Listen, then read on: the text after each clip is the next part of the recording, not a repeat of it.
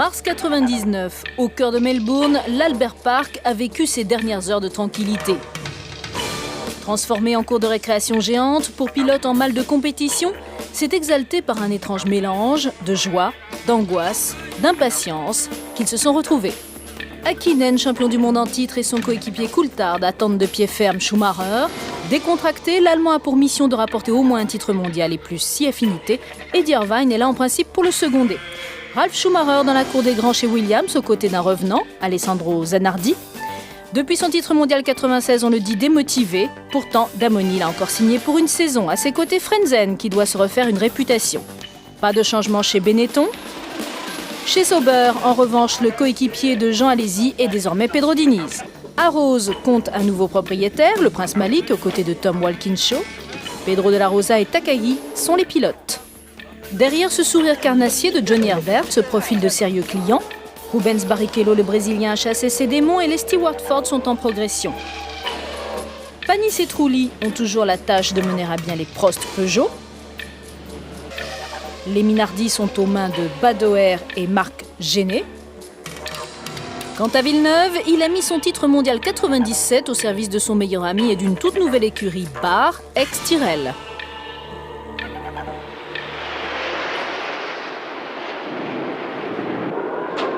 Il est 13h, ce 6 mars 99. La première séance de qualification de ce 50e championnat du monde de Formule 1 vient de commencer. Fortes de leur fin de saison précédente, les Ferrari veulent d'entrée frapper un grand coup. Mais tout le talent de Michael Schumacher ne pourra rien contre des McLaren décidément trop rapides. David Coulthard et Mika Häkkinen s'installent confortablement en première ligne.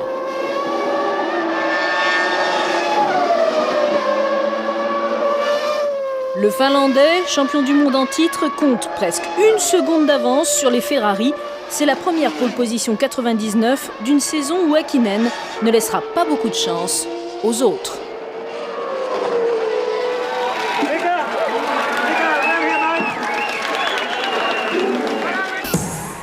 Le premier Grand Prix de la saison démarre sur un couac. À l'extinction des feux rouges, les feux jaunes s'allument, le moteur de la voiture d'Herbert est en feu et un peu plus haut sur la grille, l'autre Stewart Ford, celle de Barrichello, est victime du même problème. Le Brésilien va s'installer dans la voiture de réserve, mais son équipier ne prendra pas le départ. Et c'est un nouveau tour de formation. Mauvaise surprise pour Ferrari, Schumacher a calé. Il prendra le départ au fin fond de la grille. Takagi lui aussi est en difficulté, mais il va s'élancer à temps. Nouveau feu rouge, ils s'éteignent, et cette fois c'est le départ, le vrai départ de la saison ici à Melbourne. Et d'entrée de jeu, les McLaren Mercedes prennent le commandement de la course. Premier incident et premier abandon, la Jordan de Hill est poussée en tête à queue par la Prost de Trulli. Et à l'issue du premier tour, Häkkinen mène la course devant Coulthard, Irvine, Frentzen, Ralf Schumacher et Fisichella. Ralf Schumacher qui conduit à la perfection.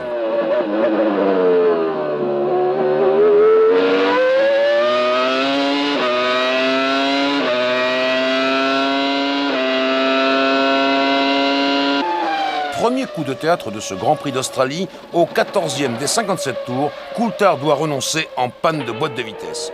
Mais de l'autre côté de la piste, c'est beaucoup plus grave, la barre de Villeneuve se fracasse dans les rails de sécurité à la suite d'une rupture des fixations de son aileron.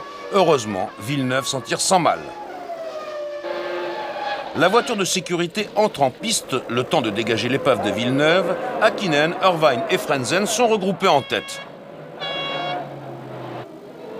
3 tours plus tard, la formation accélère, la voiture de sécurité entre dans les stands et c'est un nouveau départ. Häkkinen semble réagir moins bien que Irvine, la Ferrari monte à la hauteur de la McLaren Mercedes, les deux voitures sont côte à côte dans la ligne droite des stands et Häkkinen est enfermé. Irvine passe en tête devant Ralf Schumacher et Frentzen. Derrière, dans la mêlée, Fisichella et Trulli s'accrochent. Irvine compte désormais plusieurs longueurs d'avance sur Frentzen et sur Ralf Schumacher qui se fait surprendre par Trulli. Häkkinen, qui a sombré dans le classement, perd plus de 20 secondes supplémentaires au stand pour faire vérifier son accélérateur. Il repart difficilement dans le peloton, tandis que Zanardi sort de la piste et abandonne, il était 13e.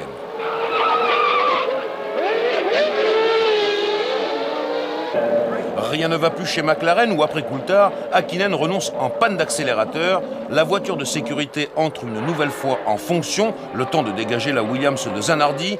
Irvine, Frentzen et Ralf Schumacher sont encore une fois regroupés. Puis la course est relancée, Trulli et Genet vont abandonner. Sur l'autre Ferrari, Michael Schumacher est revenu en 4e position. Cette crevaison va le reléguer à la 12e place. Ici, Diniz abandonne sur rupture de la boîte de vitesse. Il n'y a plus de sauveur en course. Et là, c'est Wurz qui renonce, suspension cassée. Barrichello avait prévu un arrêt, il en fera 2 à cause de cette pénalité.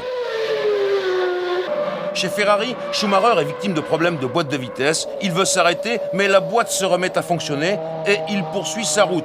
Pour stopper finalement au tour suivant, il fermera la marche derrière les 2 Arros de Takagi et de la Rosa. Le jeune Espagnol est 6e, Barrichello est 5e.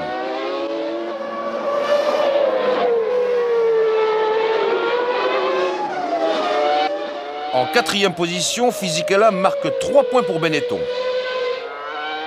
Le podium sera composé de Ralf Schumacher sur la Williams Supertech en 3e position, de Frentzen sur Jordan Honda en 2e position, et le vainqueur est Eddie Irvine sur Ferrari. L'Irlandais emporte sa première victoire en F1. L'Australie était le 81e Grand Prix de sa carrière. Irvine est avec Ferrari le premier leader de ce championnat du monde 99.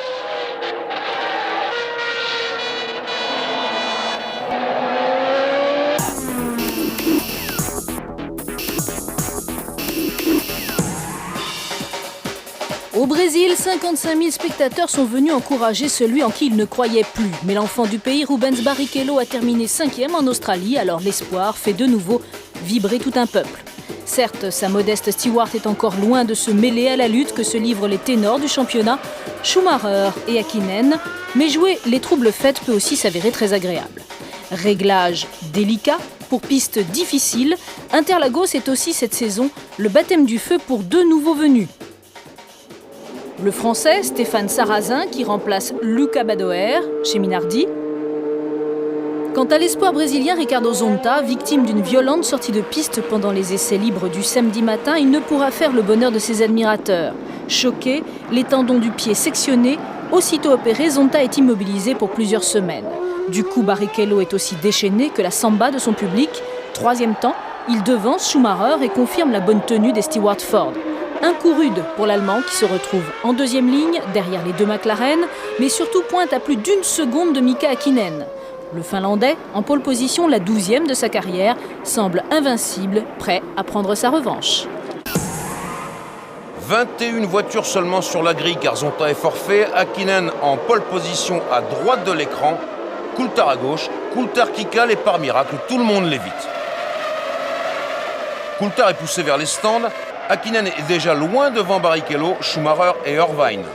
Coulthard a pu démarrer, il entre en piste à la hauteur d'Häkkinen, Barrichello en profite pour attaquer et il passe en tête de la course. Dans les tribunes, c'est évidemment la samba, un Brésilien mène le Grand Prix du Brésil.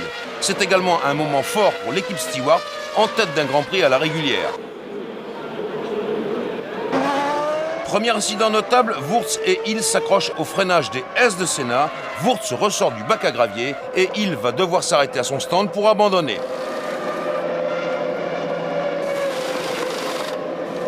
Parti très loin, Alesi se taille la part du lion dans le peloton où il déborde Ralf Schumacher. Il était 19e, le voilà 10e. Panis était 7e. Une pénalité pour départ anticipé va le reléguer à la 18e position. Alerte chez Stewart, Herbert renonce sur problème de pompe hydraulique. Wurz repasse une nouvelle fois par le bac à gravier. Trulli abandonne en panne d'hydraulique lui aussi. Telles sont les péripéties des premiers tours de ce Grand Prix du Brésil. Dans le groupe de tête derrière Barrichello, Schumacher est attaqué sans relâche par Häkkinen, mais la McLaren Mercedes ne parvient pas à déborder la Ferrari. Autre mauvaise nouvelle pour McLaren, Coulthard abandonne. Au 27e tour, Barrichello effectue son premier ravitaillement. Du coup, Schumacher prend le commandement de la course, toujours devant Häkkinen, désormais en 2e position. Remonté jusqu'à la 5e place, Alesi doit renoncer encore une fois pour un problème de transmission. Et ça va mal pour un autre Français, le jeune Stéphane Sarrazin qui sort très violemment, heureusement sans bobo.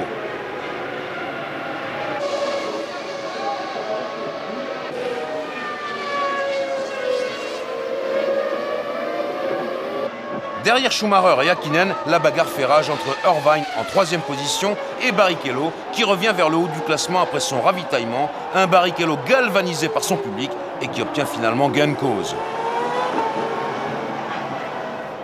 Peu après la mi-course, Schumacher est forcé de ravitailler, Häkkinen accède logiquement à la première place. Fisichella voit s'évanouir son embrayage et les points de la 5e place. 4 tours après Schumacher, Häkkinen refait le plein lui aussi, mais il a pris de l'avance et il va repartir devant Schumacher. L'un et l'autre sont néanmoins débarrassés de Barrichello, dont le moteur vient de rendre l'âme. Et au 43e tour, la course a pris sa tournure définitive. Häkkinen a de la marge sur Schumacher. Panis va rouler en 6e position jusqu'à l'arrivée. C'est une belle remontée car il revient de la 18e place. Irvine est en 5e position. Ralf Schumacher est 4e. Frentzen termine à la 3e place sous le regard de Damon Hill qui se ravitaille. Comme Häkkinen et Schumacher, Frentzen a un tour d'avance sur le reste du peloton et heureusement pour lui car il est trahi par une panne d'essence à quelques mètres de l'arrivée, mais il pourra monter sur la 3e marche du podium. Häkkinen, Schumacher, Frentzen, Ralf Schumacher, Irvine et Panis, voilà donc les 6 hommes qui marquent des points. Häkkinen est un beau vainqueur, c'est sa première victoire de la saison, la 10e de sa carrière. Au classement du championnat, il est 2e ex-aequo avec Frentzen derrière Irvine. Et du côté des constructeurs, c'est Ferrari qui fait la bonne opération.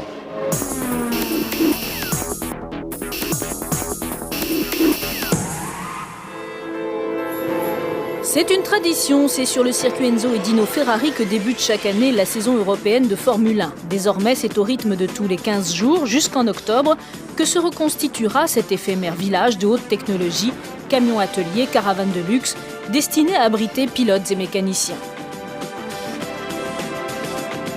Sur la piste, ils sont 4 irréductibles à s'arracher les millièmes d'un chrono qui sans cesse se dérobe.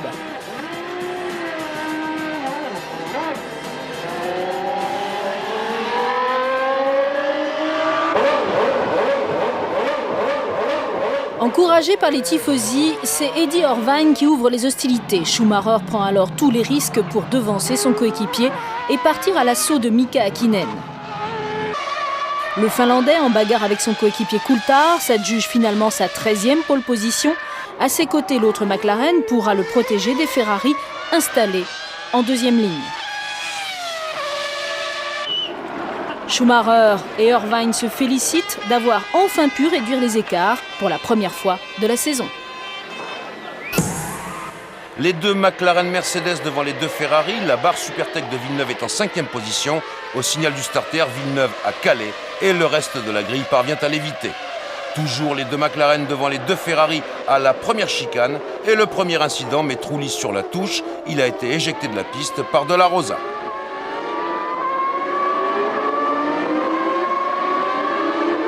Très vite, Häkkinen prend plusieurs longueurs d'avance sur Coulthard, lui-même largement devant Schumacher, alors que Irvine ferme la marche du groupe de chasse. Au 6e tour, De La Rosa s'accroche avec Wurz, Larose et la Benetton Supertech doivent abandonner.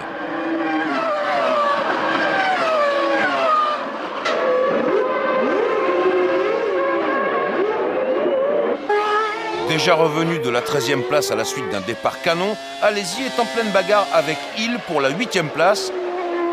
Panis fait un tête à queue, mais il repart aussitôt. Ce sont les prémices du Grand Prix de Saint-Marin. En tête, Häkkinen mène une cadence infernale. Il a pris plusieurs secondes d'avance sur Coulthard lorsqu'au 18e tour, il perd soudainement le contrôle de sa machine et tape dans le mur.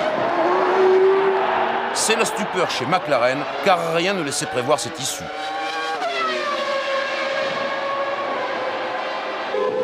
Voici donc Coulthard en tête de la course, avec 3 secondes et 4 dixièmes d'avance sur Schumacher. Au centre du peloton et comme toujours, Alesi se révèle un formidable animateur. Le voici aux prises avec Fisichella et la Sauber va déborder la Benetton. Au fil des kilomètres, Michael Schumacher revient sensiblement sur Coulthard, 10e par 10e. Ralf Schumacher renonce, moteur cassé. Voici les temps comparés de Schumacher et de Coulthard. Et soudain, alors que la McLaren poursuit sa route, la Ferrari entre en trombe dans les stands. C'est bien vu, car il y a beaucoup de trafic sur la piste.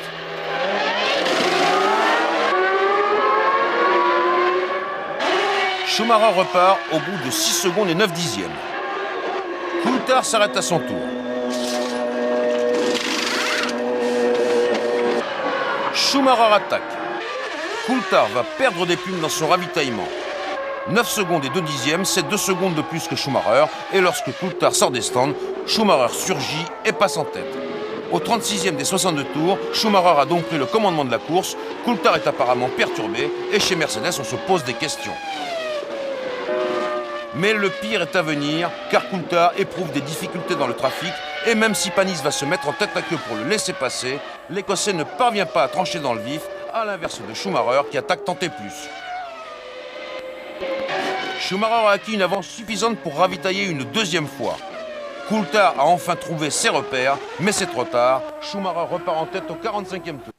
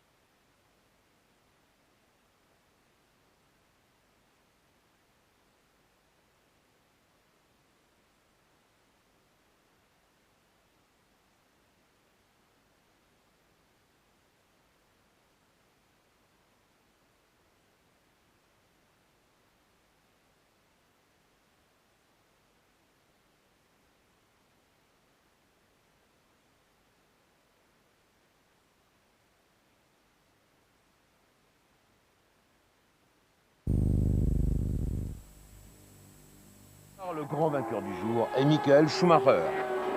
Avec cette victoire qui a une saveur particulière car elle s'est jouée dans le fief de Ferrari, Schumacher accède à la première place du classement du championnat du monde devant son équipier Irvine. La Scuderia Ferrari s'échappe au classement des constructeurs avec 12 points d'avance sur McLaren Mercedes.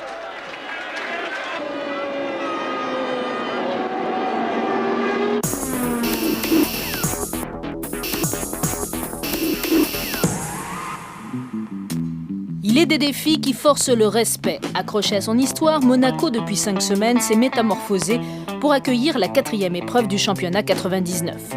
Dans les stands minuscules de la principauté, c'est aussi un véritable défi. Comment régler et améliorer les performances des monoplaces à l'abri des regards indiscrets? C'est tout l'art de savoir tirer la couverture au bon moment. Côté sportif, le défi est également copieux. Fort de ses 6 points d'avance au championnat, Michael Schumacher sait que cette séance de qualification est importante, car sur ce circuit étroit et tourmenté, rien ne vaut la pole position pour gagner. Meilleur temps, l'Allemand semble hors de portée, Häkkinen est débordé et ne peut faire mieux. Schumacher, en revanche, ne se gêne pas pour améliorer sa propre performance. C'est alors qu'Häkkinen tente le tout pour le tout sous drapeau jaune, mais avec un petit geste de la main pour signifier qu'il est conscient du danger. Le Finlandais signe sa 14e pole position, la 4e en 4 Grands Prix.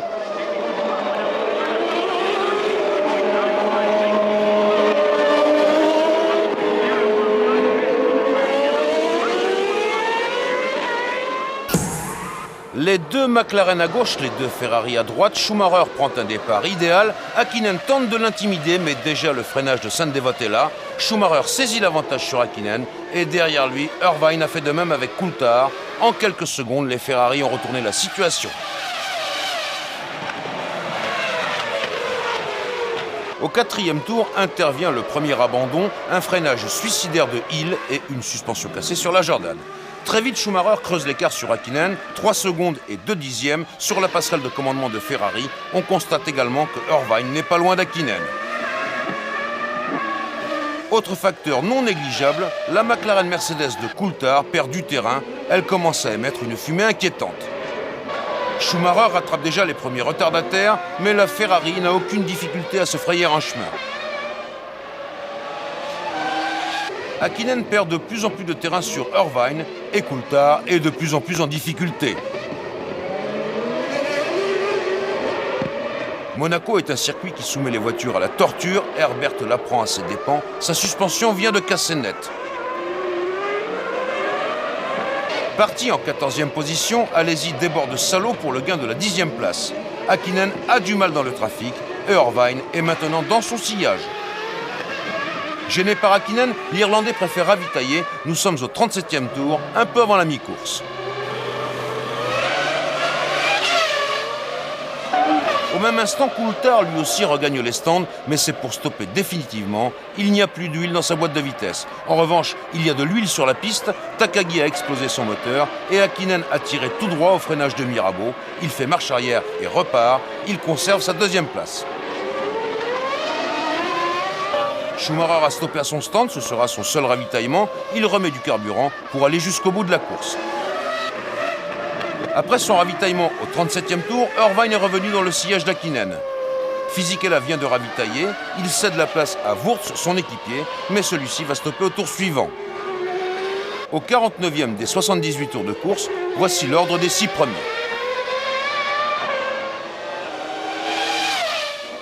50e tour, Häkkinen ravitaille enfin, il était en 2e position. 51e tour, Alesi doit renoncer, il a touché le rail et endommagé sa suspension. Häkkinen ayant ravitaillé, Irvine se retrouve donc à la 2e place. Les deux Ferrari sont en tête devant la McLaren. Avec près de 44 secondes d'avance sur Häkkinen, Schumacher est hors de portée. Mais Ferrari a fait jouer un coup de poker à Irvine. Il a pris beaucoup d'avance avec une voiture allégée de son carburant. Il refait un petit plein et rentre en piste devant Häkkinen. Le podium du Grand Prix de Monaco est joué. Derrière, en revanche, rien n'est fait. Comme son équipier Herbert tout à l'heure, Barrichello est victime d'une rupture de suspension. Il était 5e.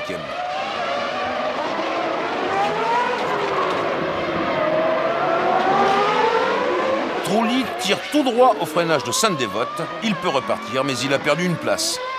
Quant à Barrichello, il a du mal à se remettre de sa déception. Benetton va placer ses 2 voitures à l'arrivée. Wurz est 6e et Fisichella 5e. Sur la seule Jordan rescapée, Frentzen est 4e. Häkkinen a limité les dégâts avec la 3e place, mais il est le grand perdant de Monaco cette année. En vérité, les Ferrari ont fait la loi. Elles ont survolé ce Grand Prix, le Grand Prix le plus célèbre du calendrier. Irvine montera sur la 2e marche du podium, mais le triomphateur de la journée est incontestablement Michael Schumacher.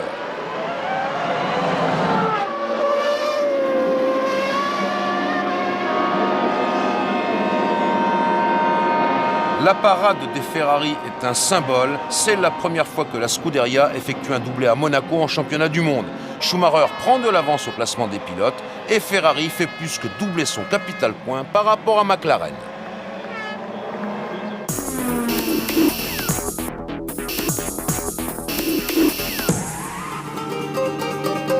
Lorsqu'elles arrivent en Espagne, les McLaren ne comptent qu'une seule victoire, mais beaucoup d'espoir pour enrayer l'ascension des Ferrari.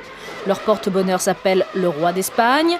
Juan Carlos n'a en effet pas hésité à endosser la combinaison gris-argenté pour se glisser dans le 2e baquet de cette fameuse McLaren biplace qui écume les circuits pour donner des frissons aux personnalités.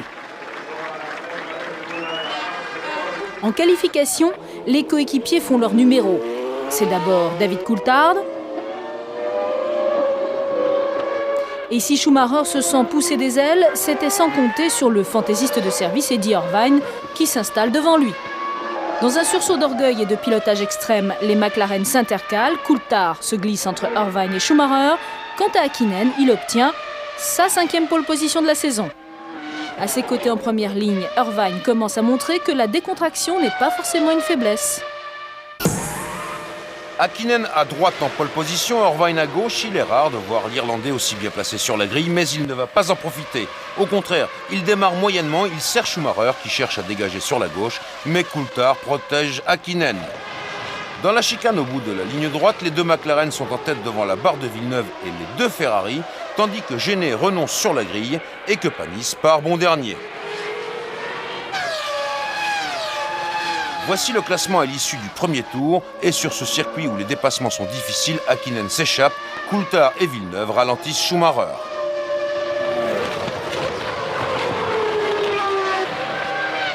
Toutes les équipes ont choisi une stratégie à 2 ravitaillements, et à partir du 22e tour, Irvine et Häkkinen lancent la vague des premiers arrêts dans les écuries de pointe.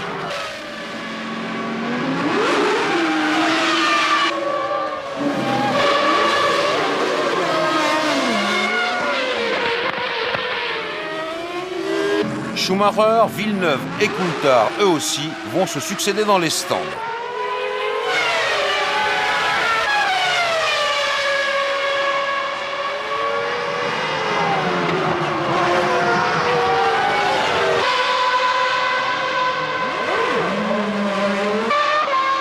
Ça va mal pour les Français, après Panis, c'est Alesi qui abandonne.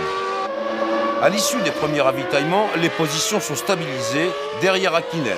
Schumacher passe à l'attaque. C'est le meilleur moment en effet, puisque la Ferrari est débarrassée de la Jordan Honda de Frentzen qui tombe en panne de différentiel, puis de la barre Supertech de Villeneuve qui effectue un arrêt catastrophe. Il faut arracher un aileron, le moteur cale, bref, Villeneuve va perdre plus d'une demi-minute.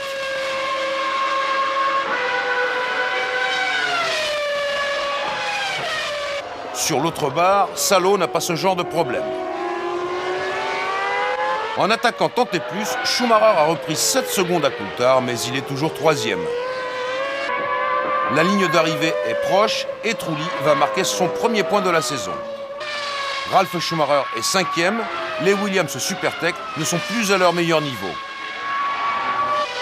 Irvine est 4e et il paie d'une certaine façon son mauvais début de course.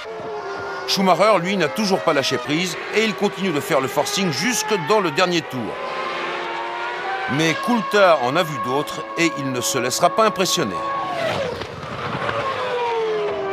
Quant à Häkkinen, il a effectué un parcours parfait. Il emporte en Espagne sa 2e victoire de la saison et il revient en 2e position derrière Schumacher au classement du championnat du monde.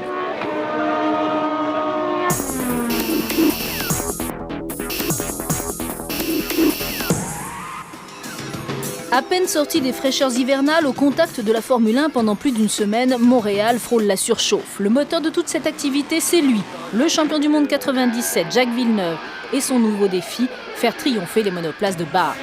Tradition oblige, la plus grosse part de son gâteau d'anniversaire est venue couronner les 35 ans de Jean Alesi, aimablement écrasé par son coéquipier Diniz.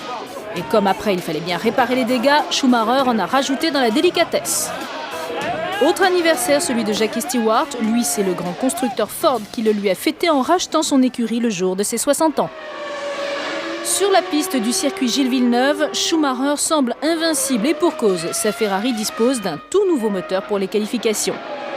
L'Allemand se hisse sans peine en pole position, sa première de la saison, tandis que la 2e place, à ses côtés, fait l'objet d'une âpre dispute entre Häkkinen et Irvine. C'est finalement Irvine qui s'incline. Häkkinen partira aux côtés de Schumacher en première ligne.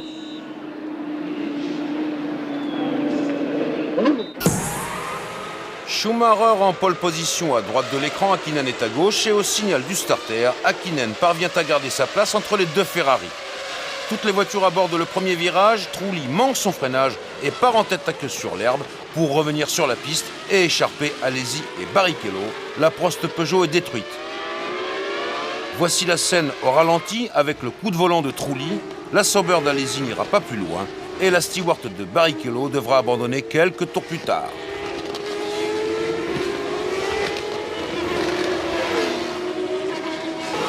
Malgré ce carambolage, le Grand Prix du Canada n'est pas interrompu. La voiture de sécurité entre en piste tandis qu'Alesi va dire sa façon de penser à Alain Prost, le patron de Trulli.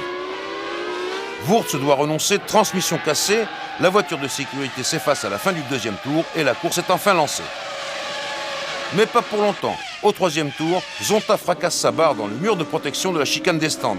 Zanardi a tiré tout droit dans le gravier et la voiture de sécurité entre pour la 2e fois en action.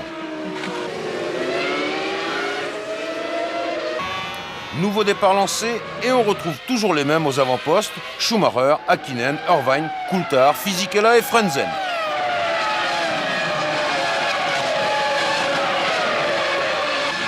Après ce round d'observation, Schumacher commence à forcer la cadence et il se détache légèrement d'Häkkinen et d'Irvine. Mais il va devoir ralentir car il, à son tour, tape dans le célèbre mur de la chicane. Frentzen et Herbert sont en bagarre pour la 6e place. Coup de théâtre au 30e tour, après Zonta et Hill, c'est Schumacher qui tape dans le mur et détruit sa Ferrari. Le pilote allemand s'en veut énormément, il le sait, cette erreur est l'un des premiers tournants de la course au titre mondial.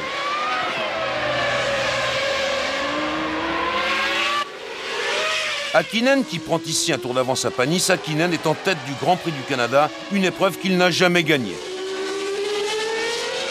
Du coup, Irvine est en 2e position et Coulthard est 3e.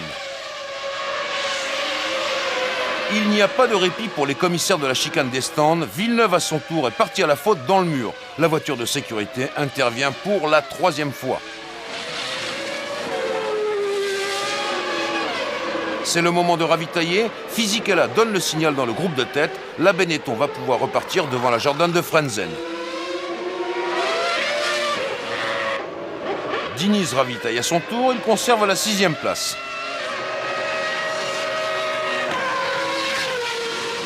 Au 37e tour, Häkkinen s'engouffre dans les stands pour refaire le plein, changer de pneus et aller ainsi jusqu'au bout de la course. Il conserve la 1re place car Irvine a fait la même chose dans le même tour. Après quoi, c'est Coulthard qui s'est arrêté. La voiture de sécurité revient au stand et la course est relancée. Les 6 premiers ont tous ravitaillé et retrouvé leurs positions respectives. Häkkinen a repris le large, laissant aux prises Irvine et Coulthard qui se disputent sans concession la 2e place. Retardé, Irvine peut repartir, Coulthard aussi, mais il va devoir stopper pour faire vérifier sa McLaren. Il perd lui aussi un temps précieux, il va dégringoler à la 10e place. Du coup, Fisichella et Frentzen occupent la 2e et la 3e place, mais Frentzen est plus habile que son rival dans le trafic et il monte en 2e position.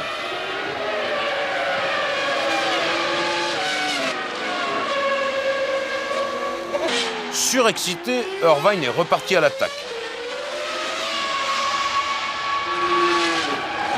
Ça chauffe avec Herbert dans l'équipe Stewart, on commence à s'inquiéter.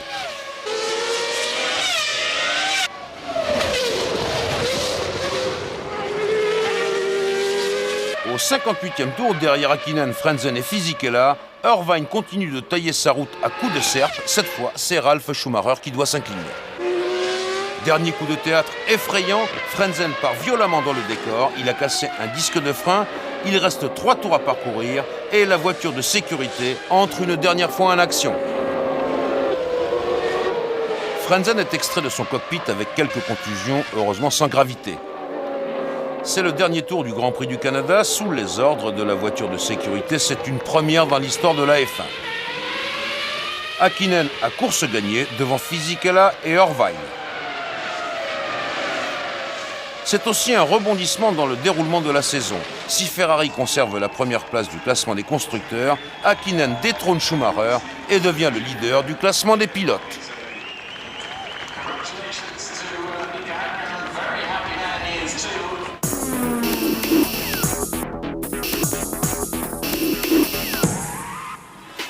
Une fois n'est pas coutume, c'est un ciel chargé de nuages et de pluie qui accueille les spectateurs du Grand Prix de France. Dans les stands, on tente tant bien que mal de canaliser cet afflux soudain, tandis que les pilotes s'interrogent sur l'opportunité de sortir. Choisir le bon moment, tel est le secret d'une qualification réussie sous la pluie. À ce petit jeu, le Brésilien Rubens Barrichello a déjà démontré qu'il était l'homme de la situation.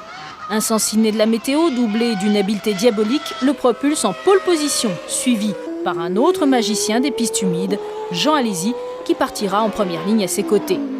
Le tableau n'aurait pas été complet sans l'excellente performance d'Olivier Panis, 3e. Au grand désespoir des ténors du championnat qui ont patienté dans leur stand dans l'espoir d'une fugace éclaircie qui n'est jamais arrivée. Schumacher est 6e, Häkkinen ne fait pas mieux que le 14e chrono, ce sera l'un des rares faux pas en qualification cette saison pour le Finlandais.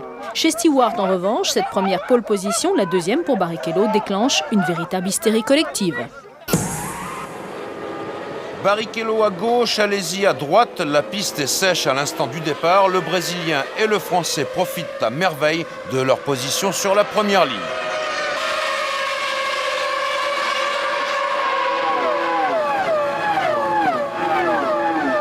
Dès le deuxième tour, Coulthard passe à l'attaque et sa McLaren déborde sans problème la modeste Sauber d'Alesi. Sur sa lancée, Coulthard attaque également Barrichello au même endroit, c'est-à-dire le freinage de l'épingle. Barrichello va résister, mais la McLaren aura le dernier mot. Parti de la 14e place, Häkkinen remonte avec des bottes de 7 lieues. Il déborde Schumacher et prend la 6e place.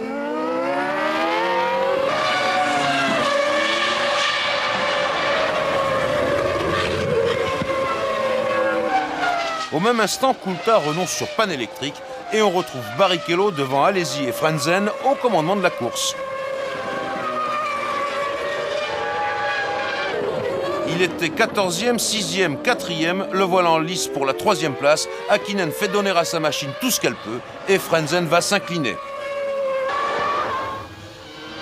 En moins de 15 tours, Häkkinen est revenu à 5 secondes des leaders. Il attaque maintenant Alesi pour le gain de la 2e place. Les deux hommes vont jusqu'à la limite, mais Alesi doit s'incliner.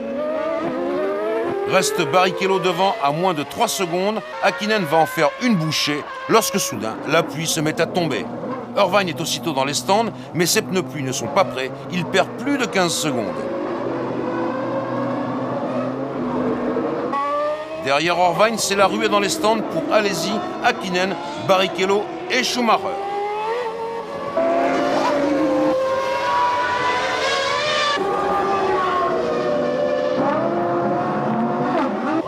Alesi est reparti en 3e position, mais sous le déluge, la piste est devenue impraticable. Alesi en fait les frais et il va exprimer sa colère. Pourquoi la voiture de sécurité n'est-elle pas intervenue plus tôt ? La voiture de sécurité démarre enfin et c'est Barrichello, le leader de la course, qui dira si la piste est praticable ou non. En attendant, derrière la voiture de sécurité, Villeneuve part dans le décor, Genet et Wurz feront de même.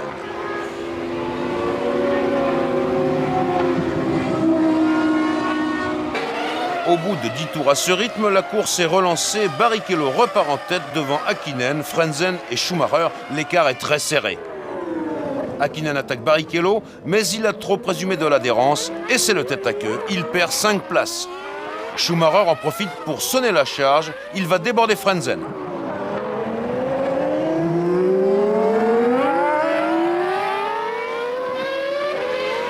Ensuite, Schumacher attaque Barrichello. Mais Barrichello résiste. Et puis, il s'incline. Au 45e tour, Schumacher est en tête devant Barrichello et Frentzen. Irvine lance la 2e vague de ravitaillement. Tandis qu'Häkkinen refait le terrain perdu après son tête-à-queue, ici il déborde Panis, on s'agite beaucoup dans le stand Ferrari. Ignazio Lunetta, l'ingénieur de Schumacher, tient en main l'objet du délit, un volant neuf, car Schumacher a du mal à changer ses vitesses. Le pilote allemand stoppe au 54e tour, mais il perd 5 places.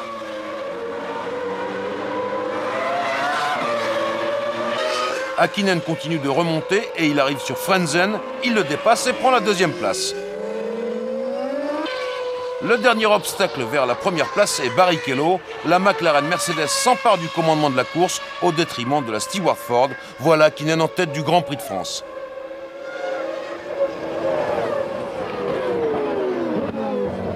Häkkinen premier, Barrichello deuxième. Frentzen est en 3e position, mais soudain il ralentit. Une panne de transmission, c'est l'abandon. Non, Frentzen manipule ses vitesses, il enclenche un programme de secours. La Jordan repart tambour battant, heureusement pour elle, car la Ferrari de Schumacher était déjà là. Dernier ravitaillement pour Häkkinen, c'est en principe une formalité, il reste 8 tours de course. Mais Frentzen a retrouvé des ailes et au moment où Häkkinen sort des stands, la Jordan Honda souffle la première place à la McLaren. Barrichello ravitaille en même temps qu'Häkkinen, il repart devant Schumacher. Un Schumacher littéralement déchaîné qui vise la 3e place. Mais il va lui falloir dépasser à la fois Barrichello et Ralf Schumacher, son frère, et il n'y parviendra pas. Ralf lui oppose une résistance en béton.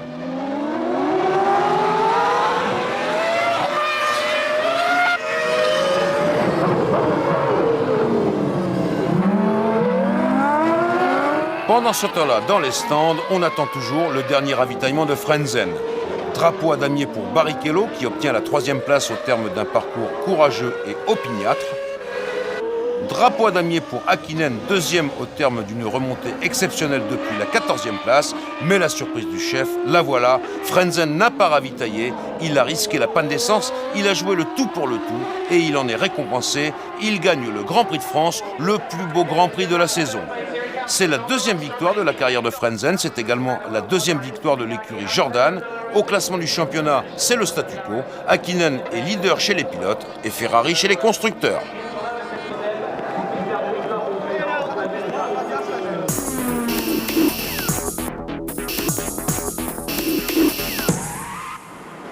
À la veille de la mi-championnat à Silverstone, rien ne permet de prédire qui d'Häkkinen ou Schumacher sera en mesure d'être sacré champion du monde. Avec 3 victoires, le Finlandais est certes en tête du championnat, mais Schumacher n'est pas loin. Et puis les troubles faits ne se gênent pas pour bousculer la hiérarchie des anciens. Ainsi, chez Jordan, on ne manque pas de fêter comme il se doit la victoire de Frentzen au Grand Prix de France. Persuadé qu'il ne s'agit que d'un début. Pendant les essais, pourtant, Häkkinen et Schumacher ont vite repris le dessus. Avec une insolente facilité, Häkkinen propulse sa McLaren en pole position pour la 6e fois en 8 Grands Prix. McLaren désormais détenue à 40% par Daimler-Benz. Quant à Schumacher, il doit s'arracher pour accrocher la première ligne et devancer Coulthard, 3e.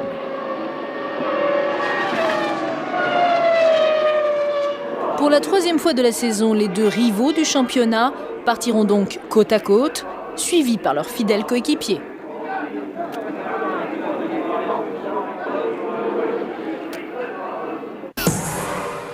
Häkkinen est à droite sur l'écran, Schumacher est à gauche. Dans le fond de la grille, les drapeaux jaunes indiquent que des voitures n'ont pas démarré. La piste est bloquée.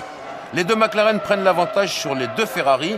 Les voitures de Villeneuve et Zanardi sont toujours arrêtées sur la grille. Schumacher attaque Irvine pour foncer à la poursuite des McLaren. Lorsque le drapeau rouge est déployé, il est trop tard. Schumacher sort de la piste et tape très violemment dans les protections. Les responsables de la Scuderia n'ont pas eu le temps de prévenir Schumacher du drapeau rouge. Ces images montrent que la Ferrari a été victime d'un problème de frein. C'est une rupture mécanique qui est à l'origine de l'accident. Schumacher veut s'extraire de son cockpit, mais il y renonce. Il a compris qu'il était blessé, sa jambe droite est fracturée.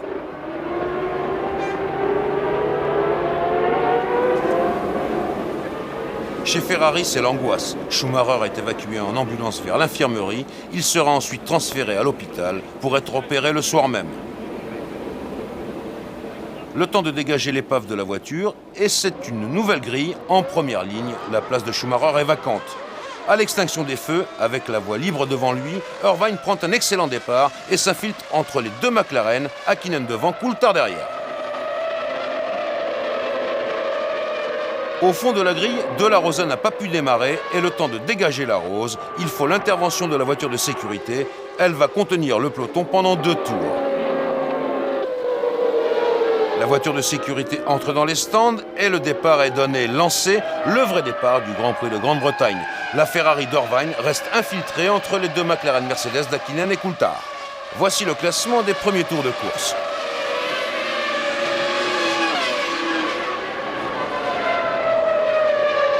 Damon Hill, dont on a annoncé la retraite au soir de ce Grand Prix, démontre qu'il peut faire encore mieux que de la figuration.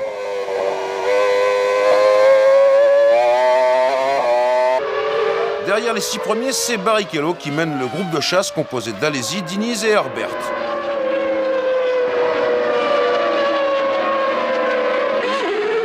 Entre le 20e et le 24e tour se déroulent les premiers ravitaillements.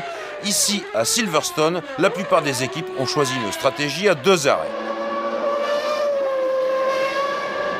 Et quelquefois, la course se déroule dans les stands, comme ici, entre Ralf Schumacher et Frentzen. Leader de la course, Häkkinen ravitaille au 25e tour. Irvine en deuxième position calque sa course sur Häkkinen. Il stoppe au 26e tour. Et d'extrême justesse, Coulthard prend la tête du Grand Prix. Häkkinen est donc en troisième position, c'est logique, mais ce qu'il est moins, c'est qu'il revient au tour suivant dans les stands avec un problème à la roue avant droite. Et de fait, Coulthard est en tête du Grand Prix de Grande-Bretagne, car Häkkinen continue de perdre des secondes. Chez McLaren Mercedes, on cherche la panne, on ne l'a pas trouvée. Derrière Coulthard, Irvine est en deuxième position. Häkkinen est en fait reparti pour découvrir aussitôt où était le problème de sa McLaren. Ce n'était pas la roue avant droite, c'était la roue arrière gauche, elle était mal fixée. Superbe réflexe, Häkkinen contrôle sa machine dans la courbe de Woodcote et rentre au stand K1K sur 3 roues. Il est en 17e position lorsqu'il s'arrête et il va perdre encore une demi-minute. Il sombre à la dernière place du classement.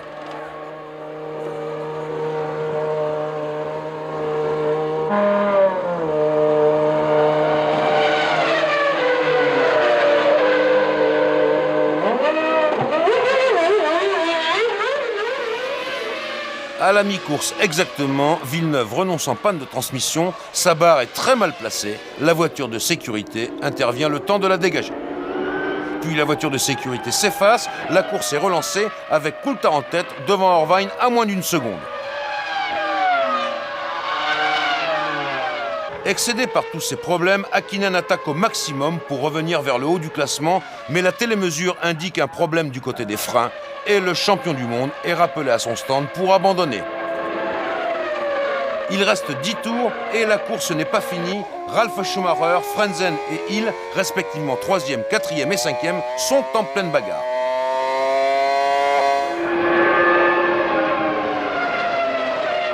Même chose pour Coulthard en tête du Grand Prix et qui est toujours sous la menace directe d'Irvine dans le stand McLaren. On tremble pour David. Mais Coulthard est sauvé par le drapeau à damier et il emporte son premier Grand Prix de la saison.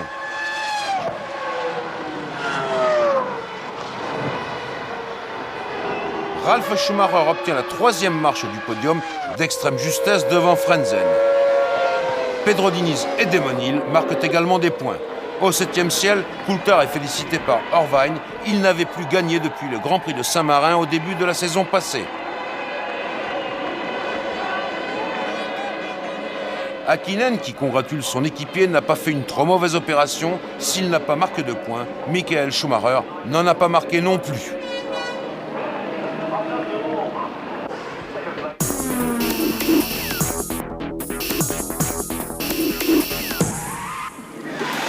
En Autriche, un blond finlandais peut en cacher un autre. Malgré son faux pas en Grande-Bretagne, en l'absence de Schumacher, Häkkinen a bien l'intention d'engranger un maximum de points pour conforter son avance.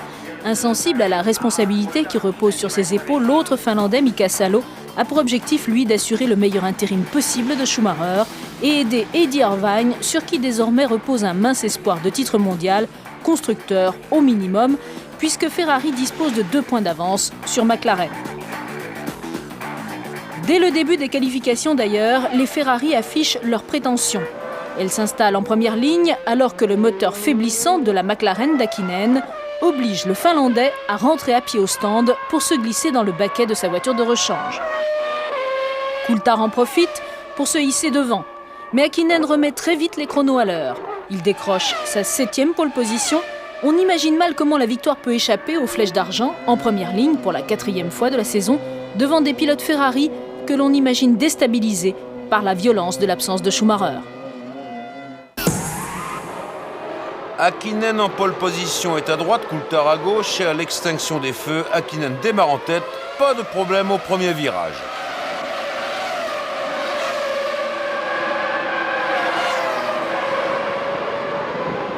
Tout va se jouer au 2e virage, Coulthard s'infiltre à l'intérieur, il touche Häkkinen et l'expédie en tête à queue. Les 21 voitures passent sous le nez d'Häkkinen dans l'embouteillage. Salo percute Herbert. Häkkinen repart en 22e et dernière position. Tout comme Herbert, Salo va devoir stopper pour faire réparer sa machine. Frentzen est en 4e position derrière Coulthard, Barrichello et Irvine. Irvine qui a du mal à suivre Barrichello. Pendant ce temps-là, Häkkinen donne tout ce qu'il peut. Au 7e tour, il dépasse Hill, il est 13e, il a gagné 9 places.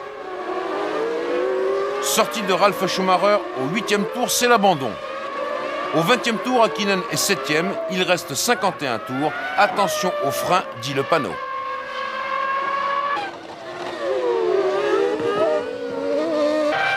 « 36e tour, abandon de Zanardi en panne d'essence. 38e tour, parmi les voitures de tête, Barrichello ravitaille. Toutes les équipes ont opté pour un seul arrêt. 39e tour, c'est Coulthard qui est au stand. Irvine passe donc au commandement de la course. Il n'a toujours pas ravitaillé.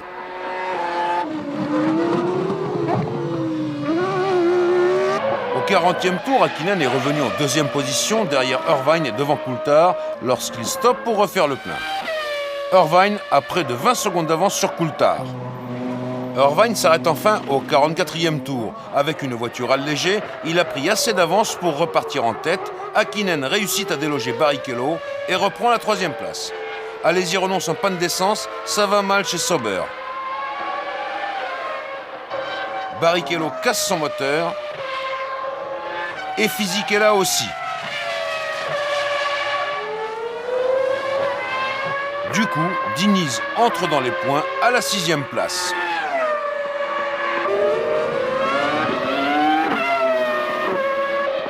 Wurz est 5e, c'est son meilleur résultat depuis le début de la saison.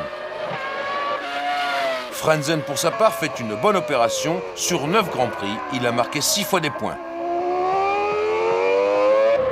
Pour la victoire, la course est palpitante. Coulthard est revenu au contact d'Irvine, mais la Ferrari va résister jusqu'au drapeau à damier. Bien sûr, le prix de la combativité revient à Häkkinen. Il monte sur la 3e marche du podium. Il faut se rappeler qu'il était en 22e position au premier tour. Irvine emporte la 2e victoire de sa carrière et de la saison. Une fois encore, la stratégie de Ferrari a fait merveille. La Scuderia est toujours en tête du classement des constructeurs.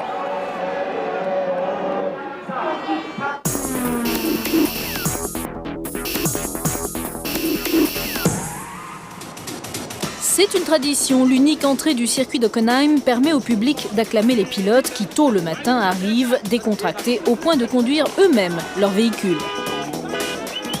À l'approche de la barrière, rien de plus facile que de leur quémander une petite signature souvenir. Admirateur de Ferrari, le public allemand s'est aussi déplacé dans le secret espoir de voir Schumacher rendre une petite visite à son écurie. Mais c'est depuis sa maison genevoise, où il poursuit sa convalescence et par vidéo, qu'il s'exprimera. Sur la piste, Häkkinen n'en finit plus de parfaire son rôle de meilleur sur un tour rapide. Mais faute de Schumacher, c'est un autre Allemand qui enflamme le cœur du public du stadium. Frentzen et sa Jordan font à nouveau parler d'eux. Meilleur temps, puis à nouveau devancé par Häkkinen. Il partira en première ligne aux côtés du Finlandais. Coulthard et Salo sont en 2e ligne, Irvine en 3e. Mika Häkkinen a le moral gonflé à bloc. Il vient de signer la 18e pole position de sa carrière. La 100e pour McLaren.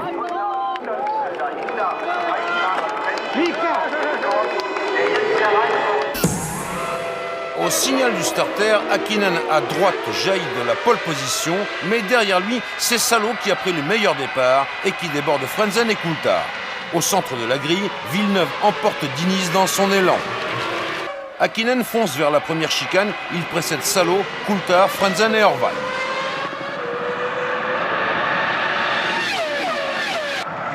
La première chicane passe sans problème.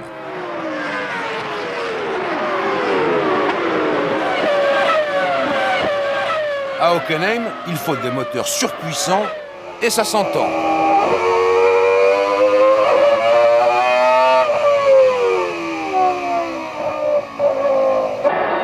Chacun a pris ses repères, Salo est talonné par Coulthard et Barrichello déborde Frentzen. Sur l'autre Jordan, Damon Hill navigue en 8e position, mais il commence à avoir des problèmes de frein.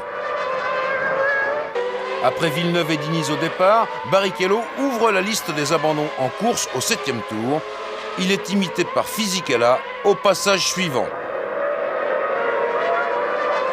Au 10e tour, Coulthard s'énerve derrière Salo qu'il n'a toujours pas réussi à dépasser. Résultat, il casse son aileron avant. Il va devoir s'arrêter et perdre plus d'une demi-minute.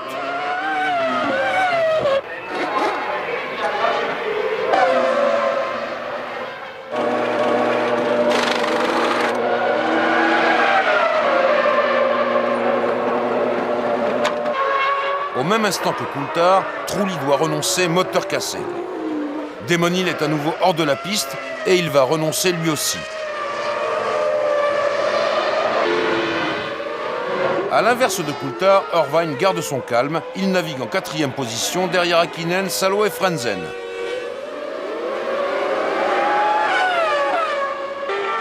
Coulthard est reparti en 10e position. Il court-circuite une chicane pour dépasser Panis.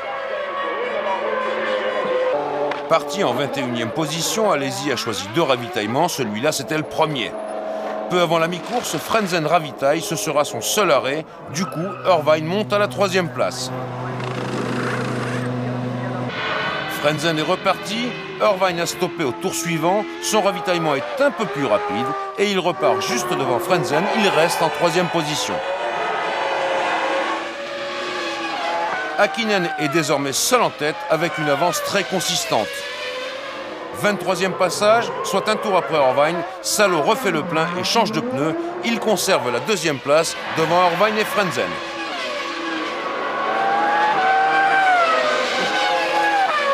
Au 24e tour, Häkkinen s'arrête enfin, il a de la marge. Pourtant, un grain de sable vient enrayer la mécanique du stand McLaren. Impossible d'accoupler la voiture à la réserve de carburant. Il faut changer de pompe. Häkkinen perd près de 25 secondes. Et l'imprévisible se produit. Salo débouche en tête du Grand Prix d'Allemagne devant Irvine. Ça va mal chez McLaren. Coulthard écope d'une pénalité pour franchissement de chicane irrégulier. Häkkinen revient à peine à la 4e place. Les 2 Ferrari sont en tête. Salo a reçu la consigne, il a laissé passer Irvine. Häkkinen est revenu en 3e position lorsqu'il perd le contrôle de sa voiture. L'accident est effroyable. L'angoisse étreint Erja Häkkinen, la femme du champion. Mais non, tout va bien. Coulthard effectue la pénalité qui lui a été infligée. Les Ferrari ne sont pas tranquilles pour autant. Frentzen sonne la charge à moins de 6 secondes. Panis est revenu en 6e position. Il va marquer un point. Coulthard bat le record du tour, mais il est trop tard. Il restera 5e. Ralf Schumacher est 4e. Il était 11e sur la grille. C'est une belle performance. Pour la 4e fois depuis le début de l'année, Frentzen va monter sur le podium d'un Grand Prix. C'est le pilote le plus régulier de la saison. Quant au Ferrari, eh bien c'est tout simplement un triomphe en Allemagne sur le territoire des McLaren Mercedes. Irvine emporte sa 3e victoire de la saison et plus important encore, il arrache la première place du classement du championnat du monde à Häkkinen. Après avoir effectué un intérim chez Barr au début de la saison, Salo s'avère chez Ferrari, un précieux équipier pour Irvine. La Scuderia compte désormais 16 points d'avance au classement du championnat devant l'équipe McLaren.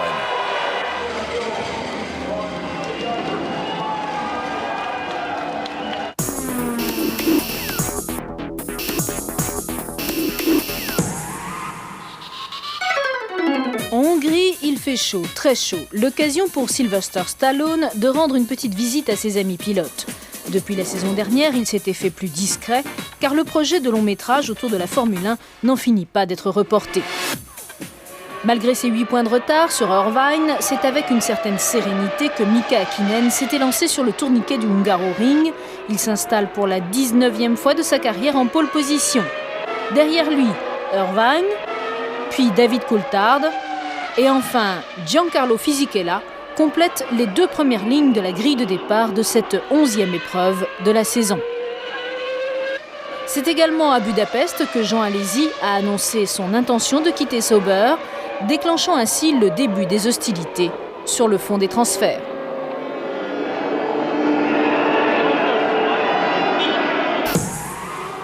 Häkkinen à droite profite de la pole position pour démarrer en tête devant Irvine qui saute dans son sillage. La McLaren et la Ferrari précèdent la Benetton de Fisichella, la Jordan de Frentzen et la McLaren de Coulthard qui a eu du mal à s'élancer. Le reste de la grille franchit sans problème les premiers virages.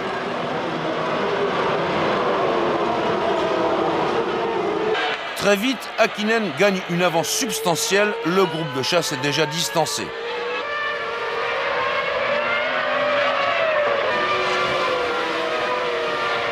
Voici le classement au 7e des 77 tours de ce Grand Prix de Hongrie.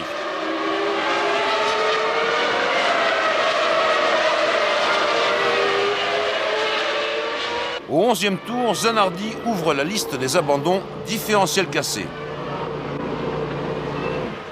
Malgré son avance, Häkkinen accélère encore le rythme. Sur l'autre Ferrari, Salo est très loin, il s'était qualifié en 18e position et déjà il doit concéder un tour de retard. Sur ce tourniquet de Budapest, il faudra effectuer 2 ravitaillements. Parmi les hommes de tête, Fisichella a été le premier au stand avant Irvine et Coulthard qui repart en 3e position.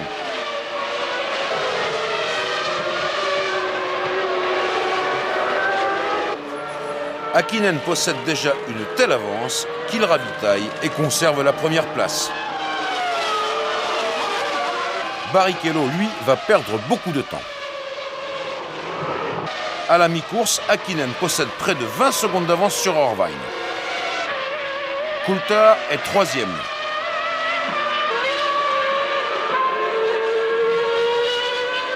Derrière Coulthard, Fisichella est 4e lorsqu'il doit s'arrêter et finalement abandonner sur problème de pression d'essence. Alési a rallié les stands en panne d'essence, son moteur a calé et l'équipe Sauber ne s'en est pas rendu compte immédiatement. Häkkinen effectue son 2e ravitaillement au 55e tour. Irvine fait de même au 58e passage et il repart juste devant Coulthard.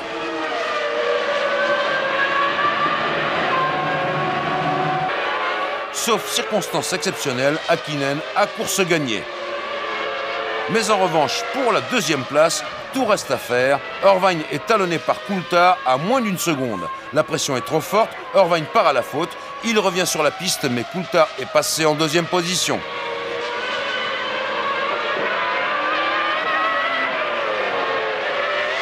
Nouvel arrêt pour Alési, il a été pénalisé de 10 secondes. Il perd le bénéfice de la 6e place.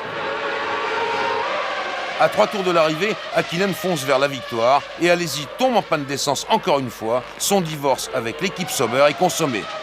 À près d'1 minute d'Häkkinen, il va marquer le point de la 6e place. Barrichello est 5e.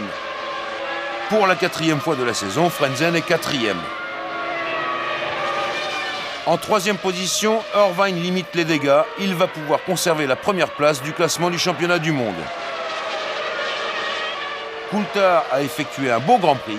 Il assure le doublé de l'équipe McLaren-Mercedes. Le grand vainqueur du jour est évidemment Mika Häkkinen. Il emporte sa 4e victoire de la saison, une victoire qui lui permet de remonter à 2 points d'Irvine. L'équipe McLaren-Mercedes revient quant à elle à 4 points de la Scuderia Ferrari.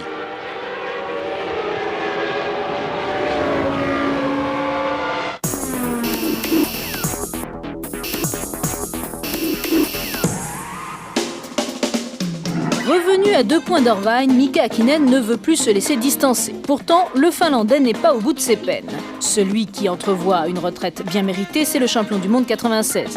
Damon Hill ne se sent plus l'âme d'un pilote, il rend les clés de Jordan à son successeur, Jarno Trulli. Du coup, chez Prost, rien ne s'oppose à la révélation des pilotes 2000, Jean Alesi, Nick Heidfeld, le jeune espoir, formé chez McLaren. La Belgique, c'est aussi le fond du gouffre pour Barre. Jacques Villeneuve, puis Ricardo Zonta sortent de la piste au même endroit, à la sortie du virage le plus dangereux du championnat, le célèbre raidillon de l'eau rouge. Villeneuve qui détient le triste record des abandons de la saison 99, 11 sur 11 Grands Prix. Häkkinen, lui, se penche sérieusement sur le record de pole position. Et celle de ce Grand Prix de Belgique ne lui échappe pas devant son coéquipier Coulthard. Frentzen tente un timide retour, l'Allemand est en 2e ligne, baroud d'honneur de son coéquipier Damon Hill à ses côtés. Mais qui pourra cette année battre Häkkinen sur un tour rapide?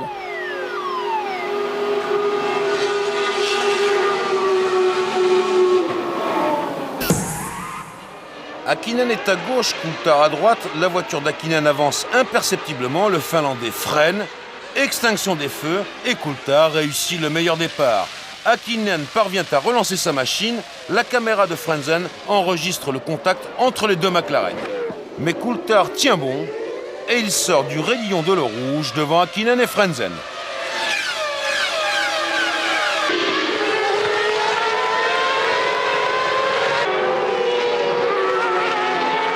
Voici le classement de la course durant les 15 premiers tours.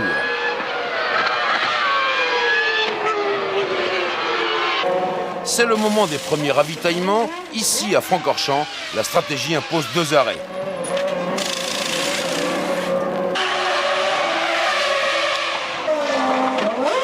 « 7 secondes 7, Häkkinen perd la 2e place. Irvine gagne la 3e, mais tout ceci est provisoire. Seul Coulthard n'est pas inquiété. Après 7 secondes d'arrêt, il rentre en piste en première position.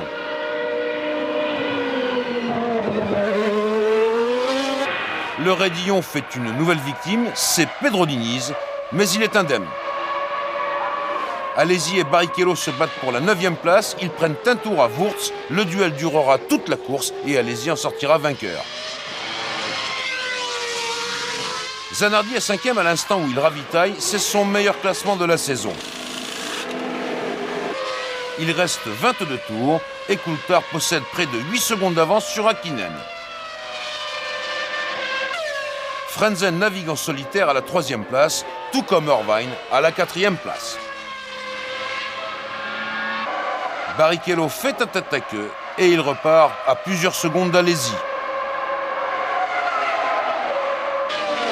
Deuxième vague de ravitaillement pour les leaders, Häkkinen est en 2e position et il y restera. Coulthard effectue un 2e arrêt de routine, sans histoire, et il en va de même pour Frentzen. Chez Ferrari, en revanche, on a eu chaud.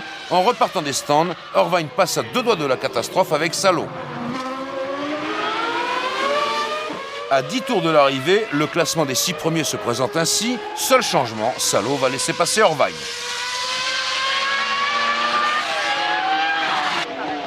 Genet, Wurz et Villeneuve ferment la marche du classement.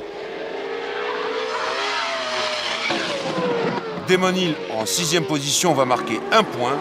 Il est précédé par Ralf Schumacher. Irvine est 4e, c'est un résultat sans éclat. Il perd la 1re place du classement du championnat du monde. Dernier tour avec Frentzen, il est 3e, c'est un abonné au podium des Grands Prix cette saison. Coulthard passe la ligne d'arrivée en vainqueur, il emporte sa 2e victoire cette année. Un peu contrarié par son équipe qui n'a pas demandé à Coulthard de le laisser passer, Häkkinen limite néanmoins les dégâts et reprend la 1re place du classement du championnat.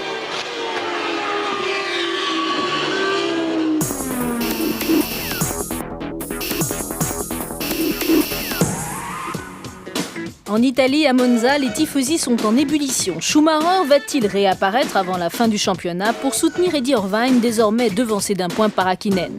Petite consolation, Ronaldo, le célèbre joueur de football, est venu encourager son compatriote Rubens Barrichello, qui vient de signer pour 2 ans chez Ferrari. Sur la piste, l'on n'est pas encore au gros cylindré, quelques tours de roue pour la forme, n'est-ce pas, monsieur Alain Prost? Les essais consacrent une grille de départ où les Ferrari, bien que sur leur terrain, sont curieusement absentes. Salo est en 3e ligne, Irvine en 4e. Häkkinen, en revanche, ne laisse toujours personne d'autre que lui s'installer devant. À ses côtés, Frentzen est mathématiquement dans la course au titre mondial, de même que Coulthard. Quant à Alessandro Zanardi, il signe devant ses compatriotes sa meilleure qualification depuis son retour en Formule 1. Encore faut-il qu'il obtienne quelques résultats. Pour Häkkinen, pas de souci, voici sa 11e pole position en 13 Grands Prix.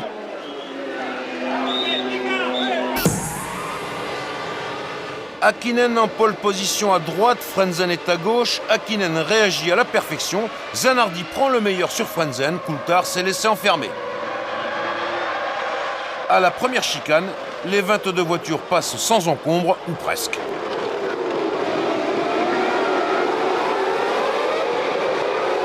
À la chicane Ascari, Häkkinen est toujours en tête. Frentzen a débordé Zanardi, qui est 3e devant Coulthard et Ralf Schumacher. Les mêmes à l'entrée de la célèbre parabolique, Coulthard a perdu 2 places au profit de Ralf Schumacher et de Salo. Deuxième tour est déjà un abandon de marque, celui de Fisichella, qui a perdu le contrôle de sa Benetton. 10e tour, affrontement direct entre Coulthard et Barrichello. Coulthard perd encore une place. Les positions des 6 premiers de ce Grand Prix d'Italie vont se stabiliser après que Zanardi ait cédé sa place à son équipier Ralf Schumacher. Häkkinen est donc largement en tête devant Frentzen, Ralf Schumacher, Zanardi, Salo et Barrichello. À l'autre bout du classement, la bagarre fait rage. Takagi met un terme à la course de Badoer.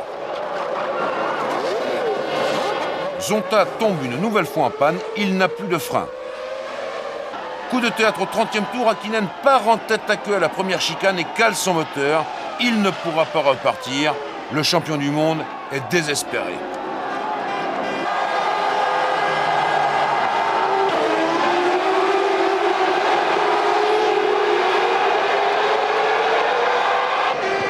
Et c'est Frentzen, avec sa Jordan Honda, qui prend le commandement de la course. Häkkinen sait qu'il vient de perdre une occasion unique de gagner son deuxième titre mondial avant la fin de la saison.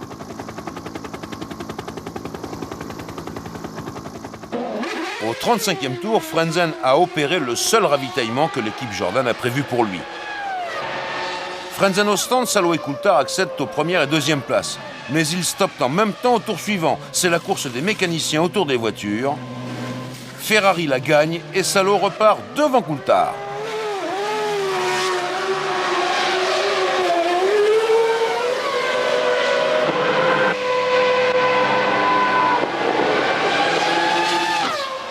Villeneuve a visiblement des problèmes de frein, mais il sera à l'arrivée. Barrichello et Coulthard se retrouvent une nouvelle fois à l'abordage, mais Coulthard ne passe pas. Salo est 3e, Barrichello 4e et Coulthard 5e. Ralf Schumacher va rallier l'arrivée en 2e position. C'est son meilleur résultat cette année, le meilleur résultat de l'équipe Williams Supertech. Le grand vainqueur, le voici, c'est Frentzen. Il emporte sa 3e victoire en Grand Prix, sa 2e victoire cette saison. Il reprend à Coulthard le 3e rang du classement du championnat du monde et surtout, il se replace dans la course au titre.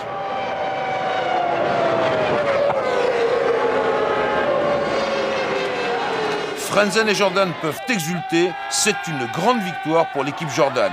En 6e position, il y a Irvine qui a marqué un point et qui est donc ex aequo avec Häkkinen. Le championnat du monde est complètement relancé.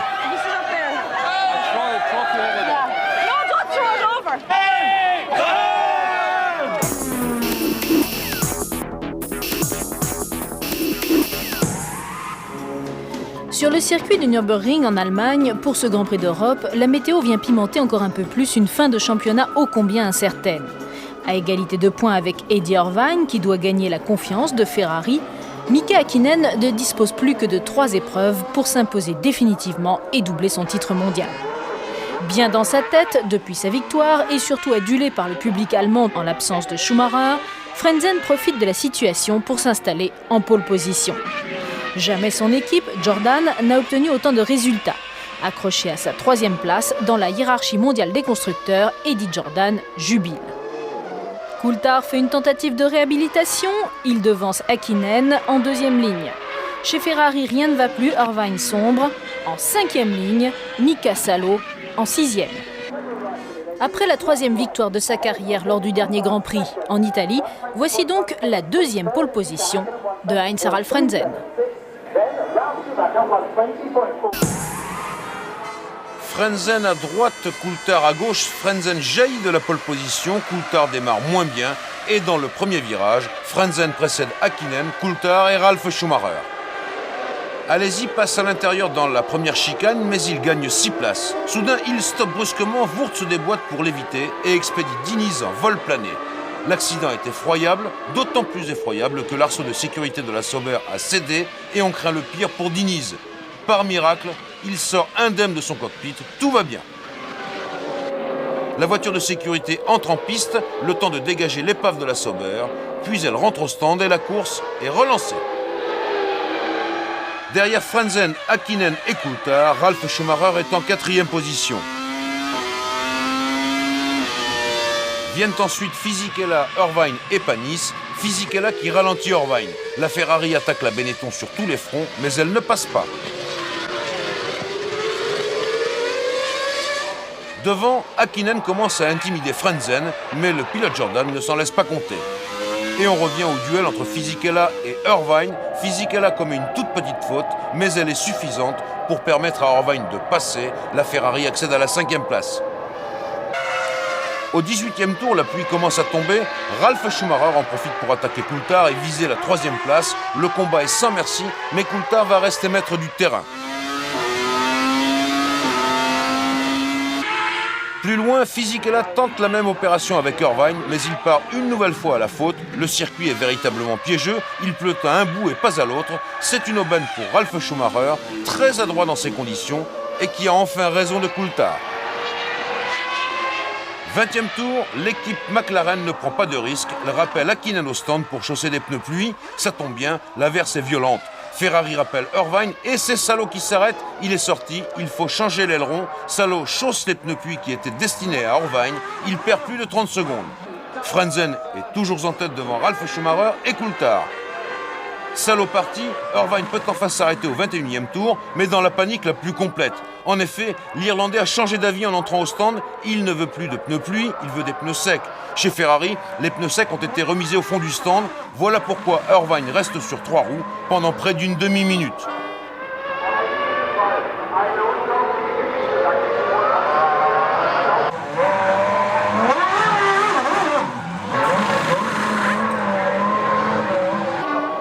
Au 23e tour, le classement s'établit ainsi.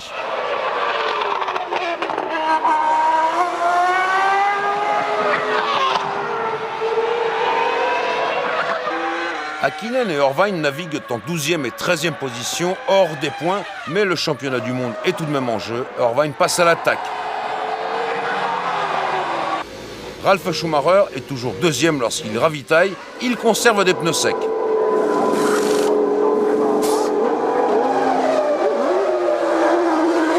En tête de la course, Frentzen a été rattrapé par Coulthard qui se fait de plus en plus pressant.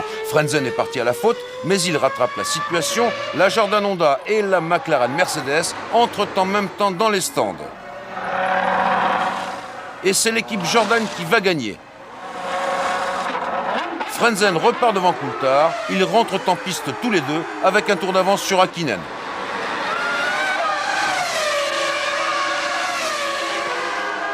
Coup de théâtre au début du 33e tour, à peine sorti des stands, Frentzen tombe en panne et renonce. Son classement au championnat du monde va s'en ressentir. Au 33e tour par conséquent, Coulthard prend le commandement du Grand Prix d'Europe. À cet instant, Häkkinen est 12e à un tour. Il protège Coulthard de Ralf Schumacher, mais la pluie retombe à nouveau et Ralf prend l'avantage. Alési est 9e lorsqu'il abandonne, alors qu'un nouveau rebondissement se produit en tête. Coulthard part à la faute et son Grand Prix s'arrête là, tout comme ses chances de pouvoir se battre pour le titre mondial. Et dans ces conditions délicates, le plus habile émerge en tête de la course, c'est Ralf Schumacher. Il a près de 20 secondes d'avance sur Fisichella, lui-même avec le même écart devant Herbert. Dernier ravitaillement pour Ralf Schumacher, alors qu'à l'autre bout du classement, Takagi sort de la piste et abandonne. Schumacher est reparti en 4e position derrière Barrichello. Il veut revenir vers la tête de la course, mais Barrichello est intraitable, ça ne passe pas.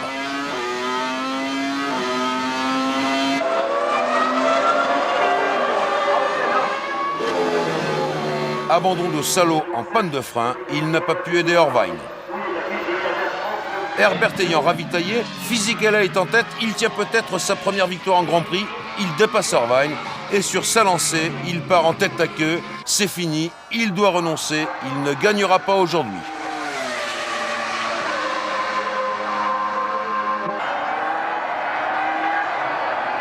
Ralf Schumacher a donc récupéré la première place, mais il vient de crever. C'est le dernier rebondissement de ce Grand Prix d'Europe qui n'en a pas manqué. Ralf va pouvoir ramener sa voiture au stand et repartir, mais pour la victoire, c'est trop tard.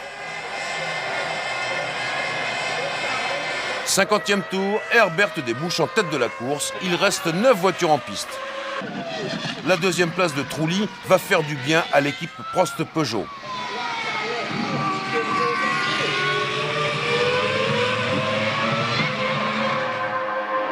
Badoer, en revanche, est effondré. Son abandon lui coûte 3 points.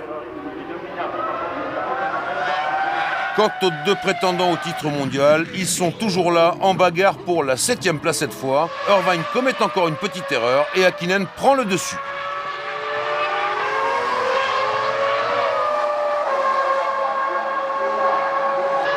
Avec l'abandon de Villeneuve et le dépassement de Genet, Häkkinen va marquer les 2 points de la 5e place. Ralf Schumacher est 4e.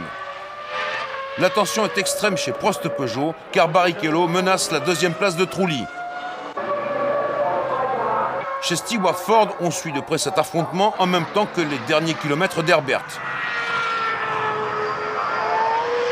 66e et dernier tour, c'est la délivrance. Herbert est victorieux, c'est son 3e succès en Grand Prix, mais c'est surtout le premier triomphe de l'équipe Stewart Ford, un triomphe qui arrive au bout de 3 saisons de Formule 1. C'est une magnifique performance.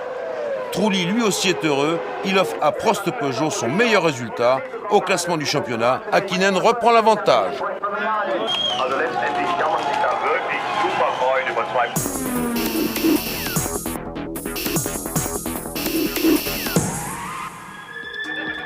De l'exotisme à revendre. Pour la première fois de son histoire, les Formule 1 font escale en Malaisie. À quelques 70 km de Kuala Lumpur, la capitale, le circuit ultramoderne de Sepang développe 5 km 542, mais sera surtout le théâtre d'une véritable dramatique autour de Ferrari. Retour du héros, victoire et déclassement en prime. Accueil chaleureux et bonne surprise. Après le naufrage de la Scuderia en course lors du Grand Prix d'Europe, l'écurie italienne a donc persuadé son pilote fétiche de la nécessité d'anticiper son retour. C'est ainsi que Schumacher est revenu au moment où on ne l'attendait plus, 14 semaines après son terrible accident. Quelques tours de piste et déjà il imprime courage et talent en se hissant en pole position. Face à cette tornade rouge, les McLaren sont terriblement absentes. Accablé par la chaleur, Häkkinen, 4e, ne parvient pas à se hisser à la hauteur des Ferrari. Il rend quelques dixièmes à son coéquipier Coulthard qui signe le 3e temps, mais surtout plus d'1 seconde à Schumacher.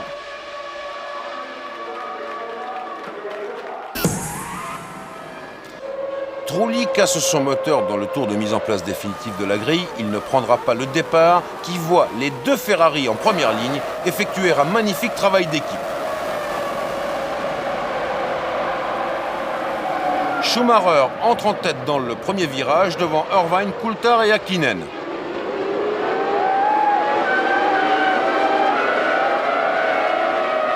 Fisichella a cassé sa suspension, il repartira dernier à 4 tours. Les 2 Ferrari sont talonnés par les 2 McLaren Mercedes et au 4e tour, Schumacher joue à fond la carte de la Scuderia, il laisse passer Irvine. Coulthard a bien vu la manœuvre, il attaque aussitôt Schumacher et il passe en force.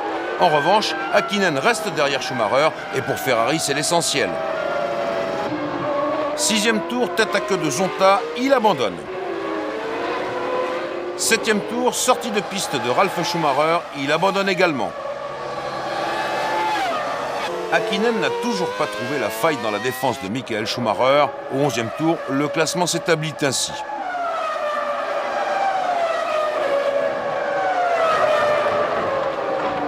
Coup de théâtre au 14e tour, une McLaren Mercedes au ralenti, c'est Coulthard qui abandonne. Voilà donc Irvine largement en tête devant Schumacher et Häkkinen.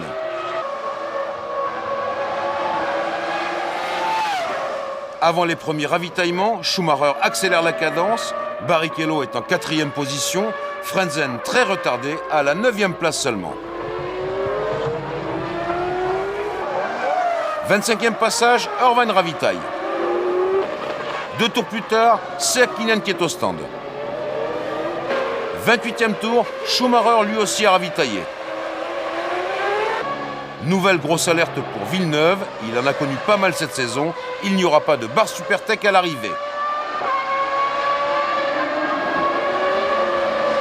Au 41e tour, Irvine toujours en tête ravitaille une 2e fois, il repart en piste derrière Schumacher et Häkkinen, ce dernier repasse par les stands au 47e tour.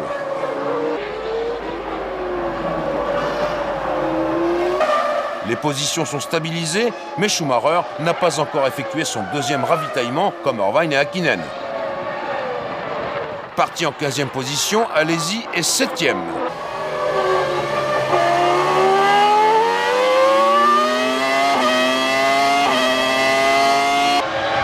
Les 2 pilotes Stewart vont effectuer un tir groupé derrière Häkkinen. À 5 tours de l'arrivée, Schumacher est toujours en tête et il ne ravitaillera pas. un subterfuge qui permet le doublé de la Scuderia Ferrari et la victoire d'Irvine, car Schumacher, en fidèle équipier, l'a laissé passer. Ferrari reprend les affaires en main.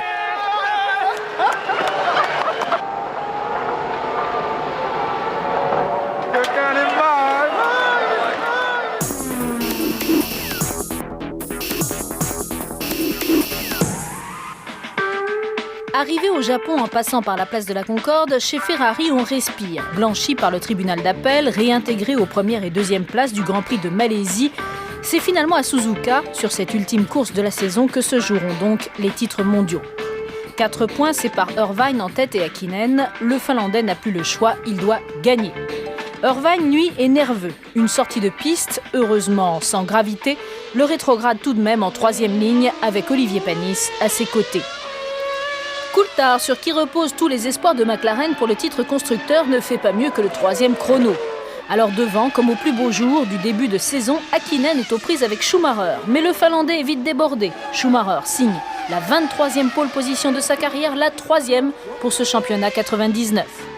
Eddie Irvine est livré à lui-même, car depuis la pole position, l'objectif de Schumacher est clair. Il doit avant tout préserver le titre constructeur que Ferrari n'a pas remporté depuis 83.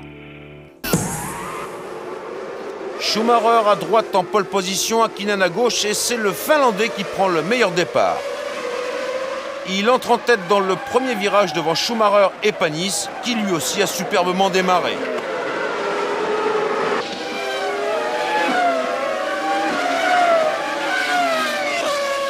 Dès la fin du premier tour, Zanardi renonce, moteur coupé. 3 tours plus tard, Trulli abandonne également. En revanche, pour Panis sur l'autre Prost Peugeot, tout va bien, il tient le rythme des leaders. Au 10e tour, Häkkinen a distancé Schumacher de près de 6 secondes. Chez Ferrari et chez McLaren, on s'observe.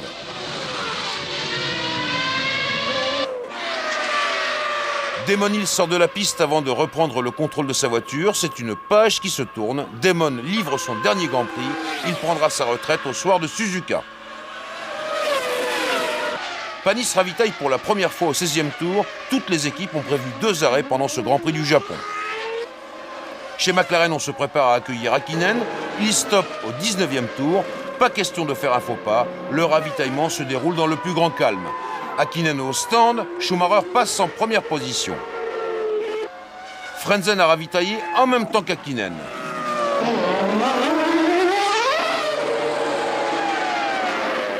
Catastrophe pour Panis qui était pourtant très bien placé. Il doit renoncer en panne d'alternateur. 3 tours après Häkkinen, Schumacher était au stand et Coulthard également. Coulthard rentre en piste juste devant Frentzen. Il conserve ainsi la 4e place. Enfin, au 23e tour, Irvine ravitaille également et il repart derrière Coulthard. Pour l'instant, Häkkinen est champion du monde et McLaren aussi.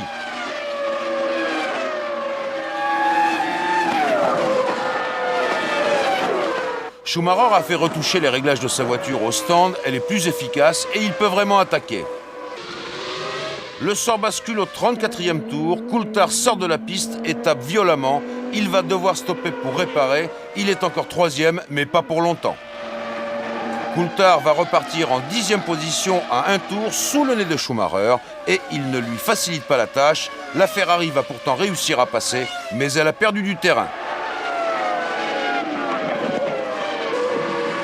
37e tour, Schumacher ravitaille une 2e fois. 38e tour, Häkkinen fait de même. Coulthard abandonne, il était 11e, sa voiture était trop sérieusement touchée. Il reste 13 tours. Les dés sont jetés, Häkkinen est toujours en tête et s'il y reste, il sera champion du monde. Schumacher est toujours en 2e position et s'il conserve cette place, Ferrari sera champion du monde des constructeurs.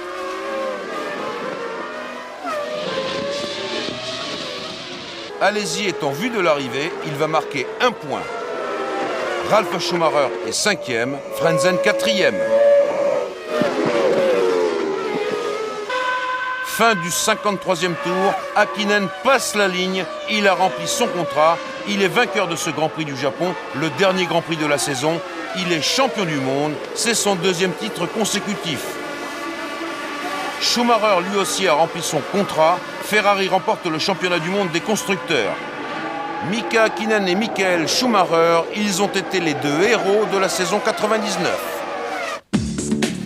11 pole positions, 5 victoires, c'est le palmarès du champion du monde cette année. 3 pole positions et 6 victoires pour Ferrari, la Scuderia renoue avec le titre mondial des constructeurs qu'elle attendait depuis 16 ans.